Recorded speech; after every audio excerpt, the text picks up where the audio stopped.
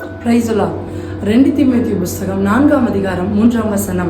அவர்கள் ஆரோக்கியமான உபதேசத்தை பொறுக்க மனதில்லாமல் செவிதினம் உள்ளவர்களாகி தங்கள் சுய இச்சைகளுக்கேற்ற போதகர்களை தங்களுக்கு திரளாய் சேர்த்து கொண்டு சத்தியத்திற்கு செவியை விளக்கி கட்டுக்கதைகளுக்கு சாய்ந்து போகும் காலம் வரும். எனக்கு பிரியமான தெய்வ பிள்ளைகளே, ஆண்டவருடைய வார்த்தை சொல்லுகிறது, அவர்கள் தங்கள் சுய இச்சைக்கு ஏற்றபடி போதகர்களை சேர்த்துக் கொள்கிறார்கள் என்று.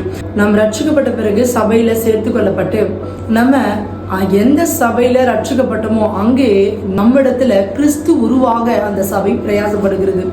இன்னைக்கு அப்படிப்பட்ட நல்ல சபைகள், அதாவது கிறிஸ்துவை நம்மிடத்துல உருவாக பிரயாசப்பட்ட சபை, நம்மிடத்துல கிறிஸ்து உருவாக பிரசவ வேதனைப்பட்ட சபை, இதுதான் நம் தாய் திருச்சபைன்னு சொல்றோம். ஆனா இன்னைக்கு அந்த தாய் திருச்சபையில சில உபதேசங்கள், சில காரியங்களை நம்மளை கண்டித்து உணர்த்துகிற வார்த்தைகள் வரும் பொழுது அந்த சபையில நம்மளால நிற்க முடியல, சபை விட்டு ஓடி போகிறத பார்க்கிறோம்.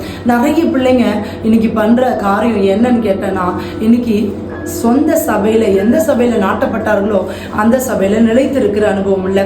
அதற்கு பதிலாக தனக்கு ஏற்ற பிரகாரமான போதகர்களை தாங்களே ஏற்படுத்தி கொள்றாங்க. ஒரு பெரிய சபைக்கு போகிறத பெரிய மேன்மையா நினைக்கிறாங்க. இன்னைக்கு நான் இவ்வளோ ஒரு 5000 பேர் இருக்கிற சபைக்கு நான் போறேன்னா அது அவர்களுக்கு பெரிய பெருமையா இருக்கு. நான் ஒரு விஷயம் கேட்கிறேன், ஓகே சந்தோஷம், பெரிய சபைக்கு போறது, ஆனா அந்த சபையின் போதகர்களுக்கு உங்க பேர் தெரியுமா? தெரியாது. நீங்க பெற்றெடுத்த சபை சின்ன சபையா இருக்கலாம், 10 பேர் அமர்ந்திருக்கிற சபையா கூட இருக்கலாம். அங்க இருக்கிற ஊழியக்காரர் உங்களுக்காக உத்தரவாதம் எடுக்கிறார். இன்னைக்கு சுய இச்சைகளுக்கு ஏற்ற பிரகாரம் அங்க நல்ல ஆராதனை நடக்குது, அதனால நான் அந்த சபைக்கு போறேன். இங்க நல்லா மெசேஜ் கொடுக்குறாங்க, அதனால நான் இங்க போறேன். இங்க நல்லா ஜெபிக்கிறாங்க, அதனால நான் அங்க போறேன். இன்னைக்கு எத்தனை பிள்ளைங்க தன் சொந்த சபையை விட்டு அங்க அலைந்து கொண்டிருக்கிறதை பார்க்கிறோம். இன்னைக்கு உங்களை பரலோகம் கொண்டு போய் சேர்க்கிறது யாருன்னு கேட்டா உங்களை பெற்றெடுத்த திருச்சபை போதகர்கள் தான். அவங்க தான் உங்களுக்கு ஒவ்வொரு நாளும் உத்தரவாதம் எடுக்கிறாங்க.